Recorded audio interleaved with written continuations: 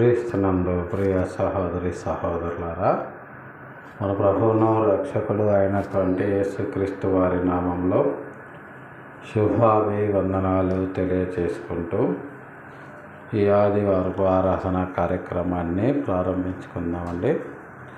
ఈరోజు ఆరాధనలో భాగంగా దేవుడు మనకు అనుగ్రహించినటువంటి వాక్య భాగము అపోస్తలుడైన పౌలు గారు ఫిలిప్పీ సంఘానికి రాసినటువంటి పత్రిక 1వ అధ్యాయము 14 నుంచి 22 వరకు ధ్యానిద్దాం. ఫిలిప్పీలకు రాసిన పత్రిక 1వ అధ్యాయము 14వ వచనం నుండి 22 వరకు. మరియు సహోదరులైన వారిలో ఎక్కువ మంది నా బంధకముల మూలముగా ప్రభువునందు స్థిర విశ్వాసము గలవారై నిర్భయముగా దేవుని వాక్యము బోధించుటకు మరి విశేష ధైర్యము తెచ్చుకునిది. కొందరు అసూయ చేతను కలహబుద్ధి చేతను మరికొందరు మంచి చేతను క్రీస్తును ప్రకటించుచున్నారు. వారైతే నా బంధకములతో కూడా నాకు శ్రమ తోడు చేయవలెనని తలంచుకొని శుద్ధ మనస్సుతో కాక కక్షతో క్రీస్తును ప్రకటించుచున్నారు. వీరైతే నేను సువార్త పక్షమున వాదించుటకు నియమింపబడి ఉన్నానని ఎరిగి ప్రేమతో ప్రకటించుచున్నారు. అయిననేమి మిష చేత కానీ సత్యము చేత కానీ ఏ విధము చేతనైనను క్రీస్తు ప్రకటింపబడుతున్నాడు, అందుకు నేను సంతోషించుచున్నాను. ఇక ముందును సంతోషించును. మరి నేను ఏ విషయంలోనూ సిగ్గుపడక ఎప్పటి వలనే ఇప్పుడును పూర్ణ ధైర్యముతో బోధించుట వలన నా బ్రతుకు మూలముగానైనా సరే చావు మూలముగానైనను సరే క్రీస్తు నా శరీరమందు గణపరచబడునని నేను మిగుల అపేక్షించుచు నిరీక్షించుచున్న ప్రకారముగా మీ ప్రార్థనలను యేసు క్రీస్తు యొక్క ఆత్మ నాకు సమృద్ధిగా కలుగుట వలనను ఆ ప్రకటన నాకు రక్షణార్థముగా పరిణమించునని నేను ఎరుగుదును. నా మట్టుకైతే బ్రతుకుట క్రీస్తే, చావైతే లాభము.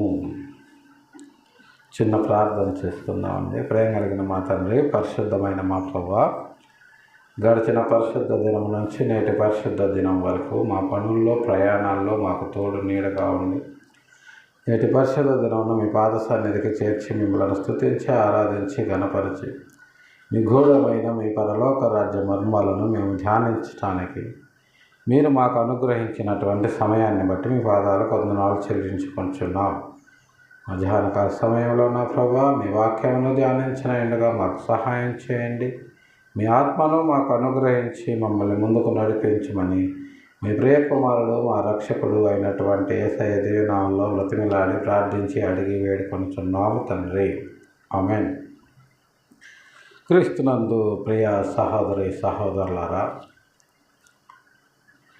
గత కొంతకాలంగా బోధకులు, ముఖ్యంగా క్రైస్తవులు, ముఖ్యంగా అందులో బోధకుల మధ్య బోధన గురించినటువంటి అనేక రకమైనటువంటి భిన్నాభిప్రాయాలను మనము సోషల్ మీడియా వేదికగా యూట్యూబ్ నిండా చూస్తూ ఉన్నాము. అయితే ఎవరికి వారు యూట్యూబ్లో ఫేమస్ అవ్వడం కోసమని, యూట్యూబ్లో గుర్తింపు పొందడం కోసమని, అంటే ఇట్స్ కాల్ ఐడెంటిటీ క్రైసిస్, దానికోసమని వివాదాస్పదమైన అంశాలనే ఎక్కువగా వారు చర్చించటము లేదా మాట్లాడటము జరుగుతుంది. నేను కొంతమంది బోధకులను, ఎందుకండి ఇలా అర్థము ఈ క్రైస్తవ్యానికి ఏ రకంగానూ ఉపయోగపడనటువంటి ఈ టీవీ ఇంటర్వ్యూలు ఎందుకు, ఈ చర్చా కార్యక్రమాలు ఎందుకు, ముఖ్యంగా అన్యుల యూట్యూబ్ ఛానళ్ళల్లోకి వెళ్ళి వాళ్ళతో ఇంటర్వ్యూస్ చేయడం ఎందుకు, దానివల్ల వాళ్ళు యేసుక్రీస్తు రక్షకుడని ఒప్పుకునేది లేదు, మీరు ఒప్పించేది లేదు. ఎవరి ఛానల్లో వాళ్ళు వ్యూస్ పెంచుకోవడం కోసమని ఎవరికి ఫేవర్గా వాళ్ళు దానికి థంబ్నెయిల్స్ పెట్టి ఆయా ఛానళ్ళల్లో పోస్ట్ చేసుకోవడం తప్ప మీరు చేయగలిగింది ఏముంది? అల్టిమేట్గా ఇందులో క్రీస్తుకు ఉపయోగపడేటటువంటి అంశాలు ఏమున్నవి అని అడిగితే ఒక బోధకుడు నాతో ఏమన్నారంటే, బ్రదర్ కేవలం వాక్యం మాత్రమే చెబితే ఈ రోజుల్లో ఎవరు వినరు బ్రదర్. ఏదైనా కాంట్రవర్సీ ఉంటేనే క్యూరియాసిటీ తోటి చూస్తారు బ్రదర్. కాబట్టే మన థంబ్నెయిల్స్ అన్నీ అలాగనే ఉంటాయి బ్రదర్ అని చెప్పడము నేను విన్నాను. అది నాకు ఒకంత ఆశ్చర్యం కలిగించిందనమాట. అంటే దేవుని వాక్యము చెబితే వినరా? ఇక వినకపోతే ఈ సోషల్ మీడియా ప్లాట్ఫామ్ని దేవుడు ఎందుకు ఇచ్చినట్లు? అంతకుముందు లేనటువంటి సోషల్ మీడియా ప్లాట్ఫామ్లో ఇప్పుడు విపరీతంగా పుట్టగొడుగుల్లాగా ఎన్నో యూట్యూబ్ ఛానల్స్ వచ్చేసాయి. అఫ్కోర్స్ నాది కూడా అందులో ఒకటి కావచ్చు. అయినా సరే నేనేం చేస్తున్నాను అంటే, నేను కేవలం వాక్యాన్ని మాత్రమే వివరించి విడగొట్టి ప్రకటిస్తున్నాను. అంతకుమించి నేను ఏ రకమైన వివాదాస్పద అంశాల జోలికి వెళ్ళడం లేదు. అలాగని వేరే మత విశ్వాసాలను కించపరచటము లేదు. వేరే మత గ్రంథాల గురించి అసలు మాట్లాడము లేదు. ఎందుకంటే పరిశుద్ధ గ్రంథం అనేది మనకు దేవుడిచ్చినటువంటి ఒక మహాసముద్రం లాంటిది. ఇందులో ఉన్నటువంటి అంశాలే మనకు పూర్తిగా తెలియదు. ఇది పూర్తిగా తెలుసుకోవటానికి మన జీవితకాలం సరిపోదు. అయినా సరే మనము వేరే వాడి పక్క ఇంట్లోకి తొంగి చూడటము, అక్కడ ఏం జరుగుతుంది అనేది అది అవివేక తర్కము లాంటిది అని పరిశుద్ధ గ్రంథం ఎప్పుడో చెప్పింది. అయినా సరే గ్రంథం ఏం చెప్పిందో ఈనాటి యూట్యూబర్స్కి అవసరం లేదు. వాళ్ళకు కావాల్సింది వాళ్ళ ఛానల్ వ్యూవర్షిప్ పెరగటం. దానికోసం ఏదైనా చేస్తారు. అన్యులకు ఫోన్ చేసి వాళ్ళతో టీవీ ఛానళ్ళల్లో ఇంటర్వ్యూలు అడుక్కొని మరీ వెళుతున్నారు నేటి క్రైస్తవ యూట్యూబర్స్. ఇలాంటి వారిని గురించి పరిశుద్ధ గ్రంథం ఏం చెబుతుందో మనము ఈనాడు చూద్దాం ప్రియులారా. మరియు సహోదరులైన వారిలో ఎక్కువ మంది నా బంధకముల మూలంగా ప్రభువు నందు స్థిర విశ్వాసము గలవారై నిర్భయముగా దేవుని వాక్యము బోధించుటకు మరి విశేష ధైర్యము తెచ్చుకున్నారు అంటున్నారు పౌలు గారు. సహోదరులైన వారిలో అంటే సహోదరులు ఒక ఉదరము నుంచి వచ్చిన వాళ్ళు. అంటే వాక్యం అనే ఉదరము నుంచి మనమందరము వస్తే మనము మన రక్షకుడైన క్రీస్తు వారికి సహోదరులం అవుతాము. అలాగుండనే ఈ పరిశుద్ధ గ్రంథాన్ని వాళ్ళ జీవితాలు పణంగా పెట్టి మన చేతుల్లోకి ఇచ్చినటువంటి అపోస్తలులకు కూడా మనము సహోదరులం అవుతాము. అంతేగాని మనం అపోస్తలులము కాము. మరికొంతమంది అత్యుత్సాహంతో అపోస్తలులు అనే పేరు కూడా పేరుకు ముందు తగిలించుకోవటం, బిరుదు కూడా పేరుకు ముందు తగిలించుకోవటం చూస్తున్నాం ప్రియులారా. వీళ్ళందరూ కూడా ఆయన్ని బట్టి పౌలు యొక్క బంధకముల మూలంగా ప్రభువునందు స్థిర విశ్వాసము గలవారై బహుధైర్యంగా వాక్యం చెప్పటానికి సిద్ధపడ్డారు అని పౌలు గారు తెలియజేస్తున్నారు. అయితే కొందరు అసూయ చేత, కలహ బుద్ధి చేత క్రీస్తును ప్రకటించుచున్నారు. వారైతే నా బంధకములతో కూడా నాకు శ్రమ తోడు చేయవలెనని తలంచుకొని శుద్ధ మనస్సుతో కాక కక్షతో క్రీస్తును ప్రకటించుచున్నారు. మరికొందరు మంచి కలహబుద్ధి చేత కొందరు ప్రకటిస్తుంటే మంచి బుద్ధి చేత మరికొందరు ప్రకటిస్తున్నారు. కలహబుద్ధి చేత క్రీస్తును ప్రకటించే వాళ్ళు ఎలా ప్రకటిస్తున్నారు అంటే, వాళ్ళు శుద్ధ మనస్సుతో కాక కక్షతో క్రీస్తును ప్రకటించుచున్నారు. అసూయ చేత క్రీస్తును ప్రకటించుచున్నారు. అసూయ చేత అంటే ఎవరైనా సరే వాక్యానుసారంగా ప్రకటిస్తూ ప్రజల్లో మంచి గుర్తింపు పొందినటువంటి ఒక సేవకుడు లేదా బోధకుని మీద అసూయ చేత అతనికంటే ఎక్కువ వ్యూవర్షిప్ని తాను సాధించాలని అనేక రకమైనటువంటి వివాదాస్పద అంశాలను తీసుకొని వచ్చి వాక్యంలో జొప్పించి బోధించే వాళ్ళు ఈనాడు యూట్యూబ్ నిండా ఎక్కువైపోయారు ప్రియులారా. అలాగనే మరికొందరైతే మంచి బుద్ధి చేత క్రీస్తును ప్రకటించుచున్నారు. వారైతే నా బంధకములతో కూడా నాకు శ్రమ తోడు చేయవలనని తలంచుకొని శుద్ధ మనస్సుతో కాక కక్షతో క్రీస్తును ప్రకటించుచున్నారు. ఇలా వివాదాస్పద అంశాలను పరిశుద్ధ గ్రంథములో లేని వాటిని జొప్పించి బోధించటం వలన ఏం జరుగుతుంది అంటే, వాక్యానుసారంగా సేవ చేసే వాళ్ళకు కూడా శ్రమలు తోడయ్యే పరిస్థితి ఉంది ప్రియులారా. ఈనాడు గత నెల క్రితము జరిగినటువంటి ప్రవీణ్ పగడాల గారి హత్యకు ఇది కూడా ఒక కారణం అయి ఉండొచ్చేమో. ఇలా అనేక రకాలైనటువంటి వివాదాస్పద అంశాలను అవే కేంద్రంగా పనిచేసేటటువంటి కొందరు యూట్యూబర్సు వాక్యానుసారంగా ప్రకటించేటటువంటి బోధకులకు శ్రమను తోడు చేసేవాళ్ళుగా ఉన్నారు. వీరైతే నేను సువార్త పక్షమున వాదించుటకు నియమింపబడి ఉన్నానని ఎరిగి ప్రేమతో ప్రకటించుచున్నారు.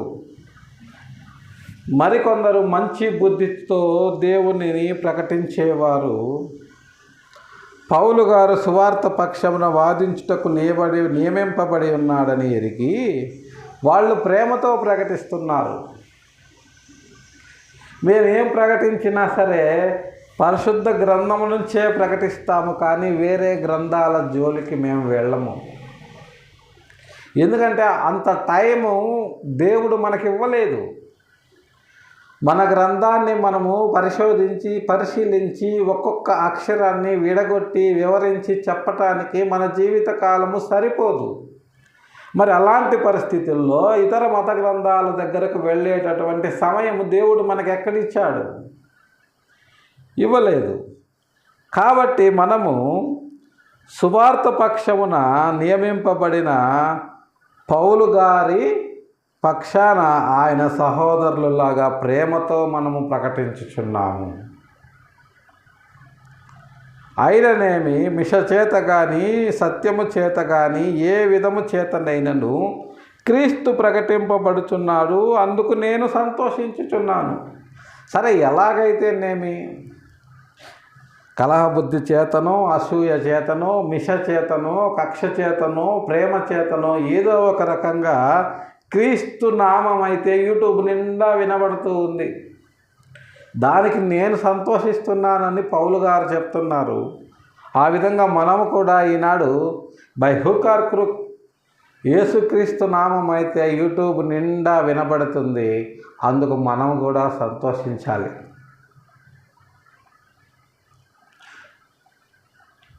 ఇక ముందు సంతోషించుతును, మరియు నేను ఏ విషయంలోనూ సిగ్గుపడక ఎప్పటి వలె ఇప్పుడును పూర్ణ ధైర్యముతో బోధించుట వలన నా బ్రతుకు మూలముగానైనను సరే చావు మూలముగానైనను సరే క్రీస్తు నా శరీరమందు ఘనపరచబడునని నేను మిగుల అపేక్షించుచు నిరీక్షించుచున్న ప్రకారముగా మీ ప్రార్థన వలనను యేసుక్రీస్తు యొక్క ఆత్మ నాకు సమృద్ధిగా కలుగుట వలనను ఆ ప్రకటన నాకు రక్షణార్థముగా పరిణమించునని నేను ఎరుగుదును. పౌలు గారు అంటున్నారు ప్రియులార, మరి నేను ఏ విషయంలో అయినా సరే సిగ్గుపడను. ఎప్పటి వలనే ఇప్పుడును పూర్ణ ధైర్యముతో బోధిస్తున్నాను. నా బ్రతుకు మూలముగా అయినా సరే చావు మూలముగా అయినా సరే, నేను బ్రతకటానికైనా సరే చావటానికైనా సరే నేను చేసేది ఏంటంటే నేను క్రీస్తు సువార్తను ప్రకటించటమే. దానికి నా బ్రతుకుకు అది ఆలవాలమైనా సరే, నా చావుకు కారణమైనా సరే నాకు కావాల్సింది సువార్త ప్రకటించటమే. దానివల్ల నాకు చావు వచ్చినా సరే నేను భయపడను అని పౌలు గారు ఇంకా ఏం చెప్తున్నారంటే, క్రీస్తు నా శరీరమందు ఘనపరచబడాలి. క్రీస్తు నా శరీరమందు ఘనపరచబడాలి అంటే నా శరీరంలో ఉన్నటువంటి నోటి ద్వారా నేను చెప్పే వాక్యము విని అనేకులు మారు మనస్సు పొందాలి. క్రీస్తు యొక్క గొప్పతనాన్ని నేను చేసే ప్రకటనను బట్టి క్రీస్తు మహిమపరచబడాలి. క్రీస్తు జ్ఞానమని, శక్తి అని, నిత్య జీవానికి తీసుకువెళ్ళగలిగే ఏకైక మార్గమని నేను ప్రకటించిన నాడు నా శరీరమందు క్రీస్తు ఘనపరచబడతాడు. అలాగుననే నేను ప్రాంతాలకి, దేశాలకి తిరిగి క్రీస్తే రక్షకుడని, క్రీస్తు ద్వారానే రక్షణ అని, క్రీస్తు తప్ప ఈ లోకములో వేరే నామములో రక్షణ లేదు అని ప్రకటించగలిగిన నాడు క్రీస్తు నా శరీరమందు ఘనపరచబడతాడు. ఆ విధంగా పౌలు గారు క్రీస్తును ఘనపరిచాడు.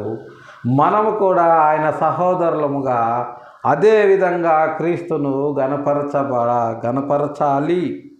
మన శరీరమందు క్రీస్తును ఘనపరచాలి అని క్రీస్తు పౌలు గారు, అపోస్తలుడైన పౌలు గారు మనకు తెలియచేస్తున్నాడు ప్రియులారా. దీనికి అనుసంధానంగా ఇంకొక వచనాన్ని మనం చూసినట్లయితే 2 కొరింథీయులకు రాసిన పత్రిక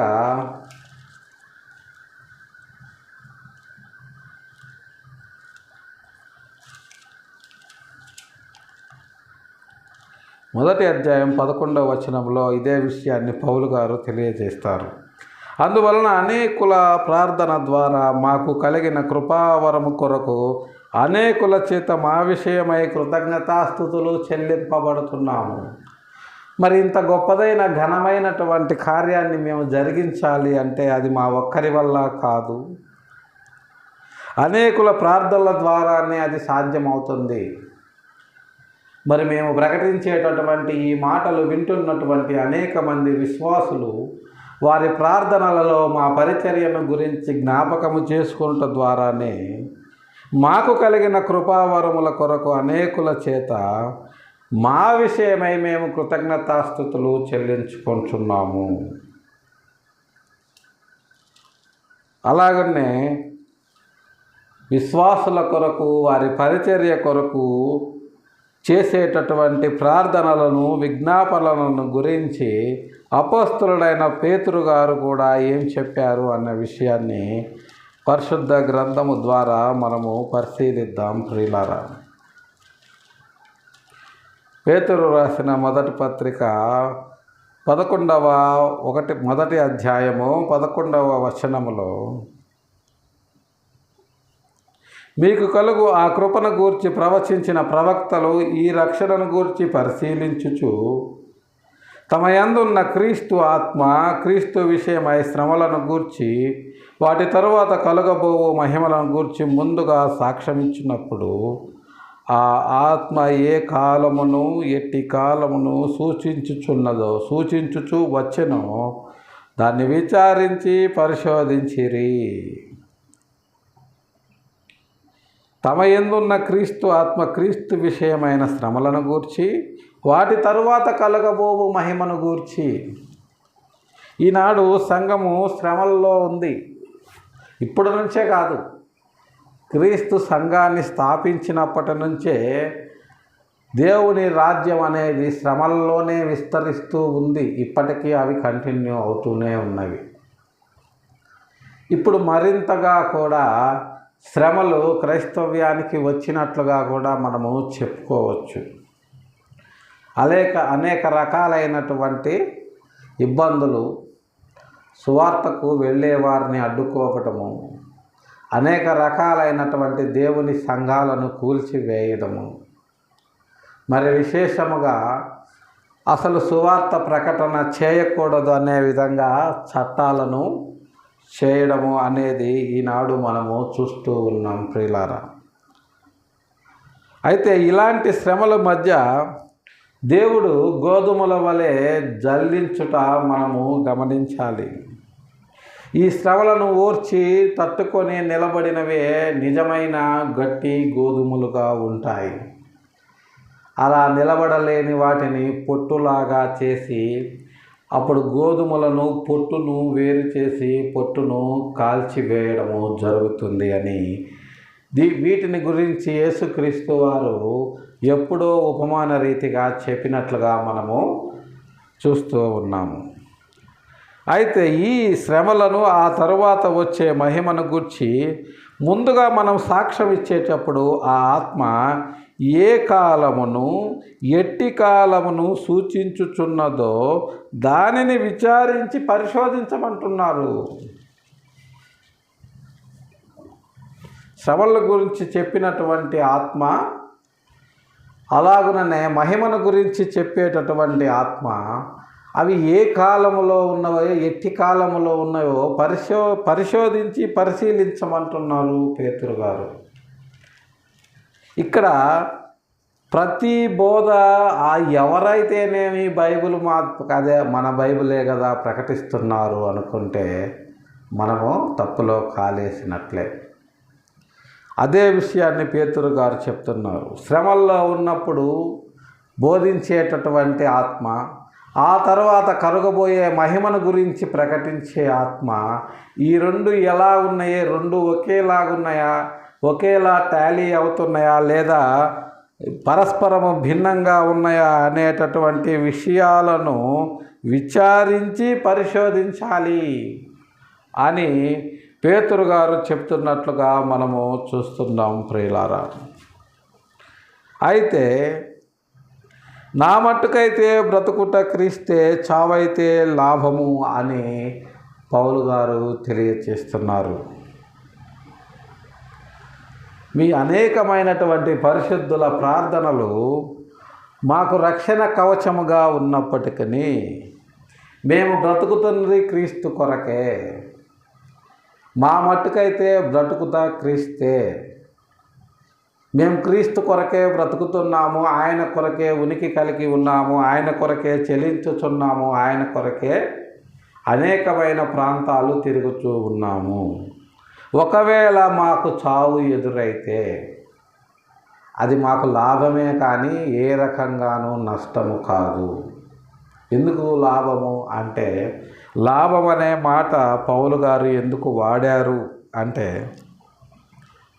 మేము బ్రతికి ఉన్నంతకాలము ఆయన పనిలో ప్రయాసపడాలి, ఆయన పని నిమిత్తమై అనేక ప్రాంతాలకు తిరగాలి, అనేక ప్రయాణాల్లో గడపాలి, అక్కడ ఏ సౌకర్యాలు ఉన్నా లేకపోయినా ఉండాలి, తిండి ఉన్నా లేకపోయినా, త్రాగటానికి నీరు ఉన్నా లేకపోయినా, ఏ రకమైనటువంటి ఇరుకులు ఇబ్బందులు ఉన్నా సరే అన్నింటినీ తట్టుకొని అక్కడ చేయవలసిన కార్యక్రమాలు పూర్తి చేసే రావాలి. ఒకవేళ అర్ధాంతరంగా చావు అనేది వస్తే వీటన్నింటి నుంచి మాకు విముక్తి కలుగుతుంది. అంటే మేము చేయవలసిన పని నుంచి మాకు విశ్రాంతి దొరుకుతుంది. మేము వెళ్ళిపోయి ఆయన సింహాసనము కింద ప్రశాంతంగా ఉంటాము. ఈ రకంగా మేము చావును లాభదాయకంగా మార్చుకుంటాము అని పౌలు గారు తెలియచేస్తున్నారు ప్రియులారా. నా మటుకైతే బ్రతుకుట క్రీస్తే, చావైతే లాభము. It is very daring statement. ప్రతి క్రైస్తవుడు ఈ స్టేట్మెంట్ ఇవ్వడానికి చాలా ధైర్యము కావాలి. ప్రతి క్రైస్తవుడు ఇలాంటి స్టేట్మెంట్స్ ఇవ్వాలి అని క్రీస్తు మన నుంచి ఆశిస్తున్నారు. కానీ ఈనాడు క్రైస్తవులు లేదా బోధకులు ఇలాంటి స్టేట్మెంట్స్ ఇవ్వగలరా? ఇస్తేనే వాళ్ళు నిజమైన గోధుమలుగా ఉంటారు, గట్టి గింజలుగా ఉంటారు. ఈయని నాడు వాళ్ళు పొట్టులాగా కాల్చివేయబడతారు. అందుకనే ఇలాంటి పరిస్థితులు దేవుడు కల్పించాడేమో అనేది మనకు ఇప్పుడు అర్థమవుతుంది ప్రియులారా. గత 2-3 దశాబ్దముల నుంచి క్రీస్తు పేరుతో అనేక రకాలైనటువంటి దోపిడీలు జరిగాయి. అనేక మంది క్రీస్తును ప్రకటిస్తున్నామని చెప్పి క్రీస్తు నామముతో ఎంతో లాభాన్ని ఆర్జించారు. తద్వారా ఏమీ లేనివాడు కూడా కొన్ని 100 కోట్ల రూపాయల ఆస్తులు సమకూర్చుకున్నారు. మరి ఈనాడు వాటన్నింటినీ క్రీస్తు కొరకు పానార్పణముగా పోయగలిగేటటువంటి మానసిక స్థితికి ఈనాటి క్రైస్తవులు వచ్చారా లేదా అనేదే క్రీస్తు పరీక్షించటానికి ఇలాంటి పరిస్థితులు తీసుకువచ్చాడని మనకు అర్థమవుతుంది ప్రియులారా. మరికొంతమంది బోధకులైతే ప్రవీణ్ పగడాల గారి హత్య అనంతరము, మరణం అనంతరము అసలు లైవ్ ప్రోగ్రాములు పెట్టడమే మానేశారు. అంటే వాళ్ళు ఎంతగా భయపడ్డారో దీన్ని బట్టి మనకు అర్థమవుతుంది ప్రియులారా. కానీ పౌలు గారు ఏం చెప్తున్నారు? నా మట్టుకైతే బ్రతుకుట క్రీస్తే, చావైతే లాభము అంటున్నారు.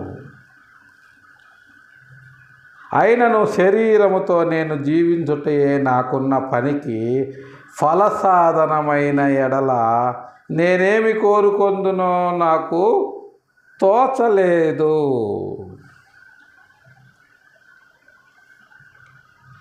నేను శరీరముతో జీవించుట నాకు ఫలసాధనమైతే నేనేమి కోరుకోవాలో నాకేమీ అర్థం కాదు, నాకు అవసరం లేదు. ఒకవేళ శరీరంతో జీవించాలని నేను అనుకుంటే, దేవుడు నా ఆయుష్కాలాన్ని పొడిగిస్తే నాకేం కావాలంటే నాకేమీ అక్కరలేదు, నేను సువార్త ప్రకటన చేయడం ఒక్కటే చాలు, ఇక నాకేమీ అక్కరలేదు అని పౌలు గారు చెప్తున్నారు ప్రియులారా. ఆ మాట పౌలు గారు ఎందుకు చెప్పారు అంటే, పౌలు గారిలాగా మారక ముందు ఆయన మిక్కిలి ధనవంతుడు. ఆనాడు రోమా సామ్రాజ్యపు చక్రవర్తులకి పౌలు గారి కుటుంబం నుంచి ఓడలు అద్దెకిచ్చేటటువంటి వ్యాపారం ఉంది పౌలు గారి పితరులకు. అలాగుననే ఆయనకు రోమా గవర్నమెంట్ యొక్క పౌరసత్వం కూడా ఉంది. అందులో వాళ్ళు పరిసయ్యులు. ఇలా ఎన్నో క్వాలిటీస్ పౌలు గారికి ఉన్నాయి. ఆయన అనుభవించని లగ్జరీ అంటూ లేదు. ఆయన స్వేచ్ఛాయుతంగా నిర్ణయం తీసుకోగలిగినటువంటి అధికారం కలిగిన వాడు రోమా గవర్నమెంట్లోను, అలాగే జూడియా ప్రావిన్స్లోను. ఇంత అధికారము కలిగిన వ్యక్తి ఎన్నో రకాలైనటువంటి సౌకర్యాలను, సుఖాలను అనుభవించినటువంటి వ్యక్తి ఈనాడు ఏమంటున్నాడు అంటే, నేను శరీరముతో జీవించుట నాకున్న ఫలసాధకమైన ఎడల నేనేమి కోరుకుందునో నాకు తోచట్లేదు, నాకేం అక్కర్లేదు అంటున్నాడు. అంటే క్రీస్తు పనిలో ఆయన ఎంత నిబద్ధత కలిగి ఉన్నాడు, ఎంత కమిట్మెంట్ కలిగి ఉన్నాడు అనేది మనకు అర్థమవుతుంది ప్రియులారా. ఆ స్థాయిలో మనము నిబద్ధత కనబరచకపోయినా దేవుడు మనకిచ్చినటువంటి జీవిత కాలములో మన తరం వారికి మన శక్తి వంచన లేకుండా మనం ఎంతవరకైతే పని చేయగలమో అంతవరకు పని చేయాలి అనేది దేవుడు మనకు ముందుంచినటువంటి లక్ష్యము అని మనము గుర్తెరగాలి ప్రియులారా. చివరగా అదే అపోస్తలుడైన పౌలు గారు రోమీయులకు రాసినటువంటి పత్రిక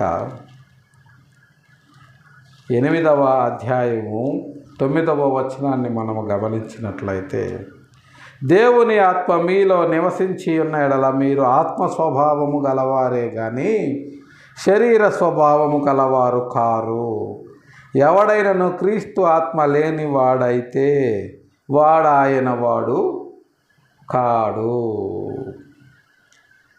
అది దేవుని ఆత్మ మనలో నివసించి ఉన్న ఎడల మనం ఆత్మ స్వభావము కలవారము, ఆత్మని బట్టే జీవిస్తాము కానీ శరీరాన్ని బట్టి మనము జీవించము. ఆత్మానుసారమైన జీవితానికి శరీరానుసారమైన జీవితానికి చాలా తేడా ఉంటుంది ప్రియులారా. ఆత్మానుసారమైన జీవితము క్రీస్తు కొరకు పనిచేయమంటుంది, క్రీస్తు కొరకు ప్రయాసపడమంటుంది, క్రీస్తు కొరకు అనేక రకాలైనటువంటి థియరీస్ని రాయమంటుంది, క్రీస్తు కొరకు అనేక రకాలైనటువంటి కంటెంట్ను ఇంటర్ప్రిట్ చేయమంటుంది, అంటే ప్రకటించమంటుంది. బ్రతికినంతకాలం క్రీస్తు కొరకు ఏదో ఒకటి చేయమని ప్రేరేపిస్తూ ఉంటుంది. ఇది క్రీస్తు ఆత్మ కలిగినటువంటి వాడు, ఆత్మ ప్రకారము జీవించేటటువంటి వాడు ఆలోచించే విధానము. కానీ శరీర ప్రకారము జీవించేటటువంటి వాడు ఎలా ఆలోచిస్తాడు అంటే, ఓకే ఏదో ఒక రకంగా మనం డబ్బు సంపాదించుకుందాం, దాన్ని అనుభవిద్దాం, సుఖిద్దాం, చచ్చిన తర్వాత ఏముంది, పూడిస్తే మట్టి, కాలిస్తే బూడిద, చచ్చిన తర్వాత ఏమైందో ఎవరు చూశారు కనుక ఈ రకమైన ఆలోచన ధోరణి శరీర సంబంధమైనటువంటి జీవితాన్ని జీవించే వాళ్ళకు ఉంటుంది ప్రియులారా. ఉన్నంతకాలము అనుభవించి చనిపోదాం, చచ్చిన తర్వాత మనం ఏమీ చేయలేము, అనుభవించటానికి ఏమీ ఉండదు. అది ఆస్తులైనా సరే, ఇంకోటి ఏదైనా సరే. అదే విషయాన్ని పౌలు గారు చెప్తున్నారు.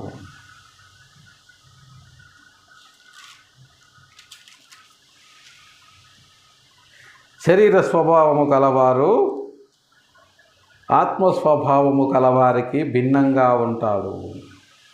ఎవడైనను క్రీస్తు ఆత్మ లేనివాడైతే వాడు కాడు. క్రీస్తు ఆత్మ కలిగినటువంటి మనము, బాప్తిస్మము ద్వారా క్రీస్తును ధరించుకున్నటువంటి మనము ఆయన వారముగా ఈనాడు గుర్తింపబడుతున్నాము. ఆయన వారముగా మనం ఆయన కొరకు పనిచేస్తే వాళ్ళు క్రైస్తవులండి అంటారు. అంటే క్రీస్తు నామమును మనము ధరించుకున్నాము, ఈ లోకములో ఆయన వాడుగా పిలువబడుతున్నాము. ఆయన వాడుగా పిలువబడుటను బట్టి, ఆయన వాడుగా గుర్తించబడుటను బట్టి ఈ లోకములో అనేక రకాలైనటువంటి ఈర్ష్యలు, ద్వేషాలు, కక్షలు, డిస్క్రిమినేషను, ఇంకా అనేక రకాలైనటువంటి బాధలను క్రైస్తవుడుగా ఉన్నవాడు ఎదుర్కొంటున్నాడు. అయినప్పటికీ అపోస్తలుడైన పౌలు గారు ఏం చెప్తున్నారంటే, నా మట్టుకైతే బ్రతుకుట క్రీస్తే, చావైతే లాభము. కాబట్టి మనము కష్టాలున్నా, వేదనలున్నా, బాధలున్నా క్రీస్తు వారముగా మనము గుర్తింపబడిన వారమైతే, క్రీస్తు వారముగా మనము పిలువబడిన వారమైతే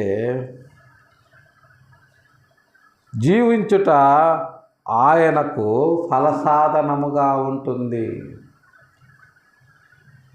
మన యొక్క ఫలసాధనాన్ని మనము అనుభవించటానికి దేవుడు పరలోకములో మన కొరకు స్థలము సిద్ధపరుస్తున్నాడు. ఎందుకంటే కంటికి కనిపించేవేవి కూడా శాశ్వతము కాదు. ఈనాడు కంటికి కనిపించే ఏ పదార్థము కూడా శాశ్వతము కాదు. ఆ పదార్థాలను చూసే కన్ను కూడా శాశ్వతము కాదు. మరి శాశ్వతమైనది ఏది అంటే మన కంటికి కనబడనివే శాశ్వతమైనవి. అవి చేతి పని కాకుండా దేవుని చేత కట్టబడినటువంటి పరలోక రాజ్య నిర్మాణాలు. కాబట్టి దేవుడు మన రక్షకుడైన యేసుక్రీస్తు వారు ఏం చెప్పాడు పౌలు గారి ద్వారా అంటే, మన పౌరస్థితి పరలోకమందు ఉన్నది. పౌలు గారికి 2 పౌరస్థితులు ఉన్నా సరే భూమి మీద వాటిని ఆయన ఏమాత్రము లక్ష్య పెట్టలేదు. రోమా పౌరసత్వం ఉన్నా, జూడియా పౌరసత్వం ఉన్నా ఆ రెండింటిని కూడా ఆయన లక్ష్య పెట్టలేదు. ఎందుకంటే ఆయన పరలోక పౌరుడుగానే పిలువబడటానికి ఇష్టపడ్డాడు.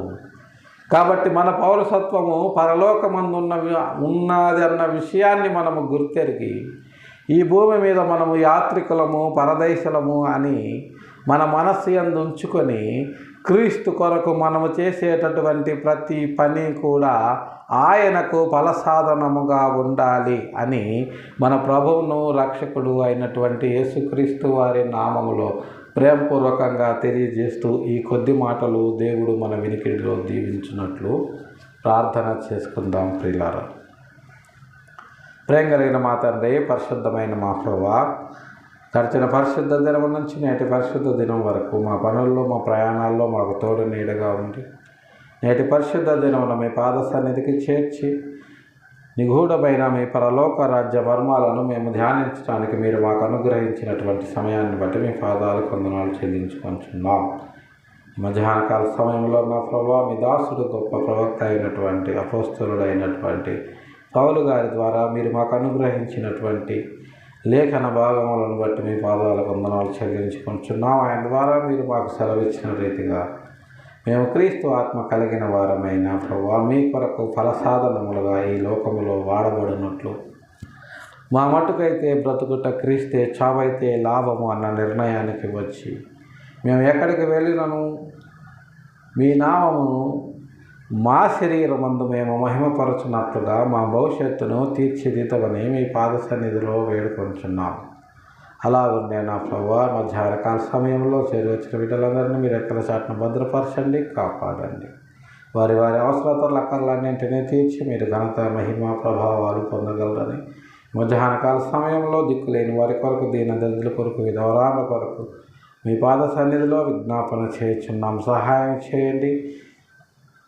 వారి వారి అవసరతల అక్కర్లన్నింటినీ తీర్చి మీరు ఘనత, మహిమ, ప్రభావాలు పొందగలరని అలాగున్నే వ్యాధి బాధలతో బాధపడుతూ స్వస్థత కొరకు మీకు మొరపెట్టుచున్న వారి విషయమై మీ పాద సన్నిధిలో విజ్ఞాపన చేయుచున్నాం. సహాయం చేయండి. మీ చిత్తమైతే మీ గాయపడ్డ హస్తముతో వారిని ముట్టి వారికి స్వస్థతను అనుగ్రహించగలరని అలాగునే నా ప్రభువా, సార్వత్రిక సంఘంలో జరుగుతున్నటువంటి అనేకమైన ఆరాధనల విషయమై మీ పాద సన్నిధిలో విజ్ఞాపన చేయుచున్నాము. సహాయం చేయండి. మీ వాక్యం విరివిగా విత్తబడి అనేకుల హృదయాల్లో కార్యము జరిగించినట్లు సహాయం చేయగలని సాధ్యమైనంత ఎక్కువ మంది మీ నామంలో రక్షణ పొంది మీరిచ్చేటటువంటి నిత్య జీవాన్ని కైవసము చేసుకునేలాగున మా పనిని మీరు ఆశీర్వదించి ముందుకు నడిపించగలని గడిచిన 24 గంటల్లో గడువు 24 గంటల్లో తెలుసో తెలియకు మీకు ఆయాసకరమైన మార్గం ఏదైనా మా జీవితాల్లో ఉన్న ఎడల దాయితో మమ్మల్ని క్షమించి మన్నించగలరని మీ చిత్తమైతే మరి యొక్క పరిశుద్ధ దినాన్ని మాకు అనుగ్రహించి మమ్మల్ని ముందుకు నడిపించమని మీ ప్రియకుమారుడు మా రక్షకుడు అయినటువంటి యేసయ్య దివ్యనామంలో బ్రతిమిలాడి ప్రార్థించి అడిగి వేడుకొనుచున్నాము తండ్రి. ఆమేన్.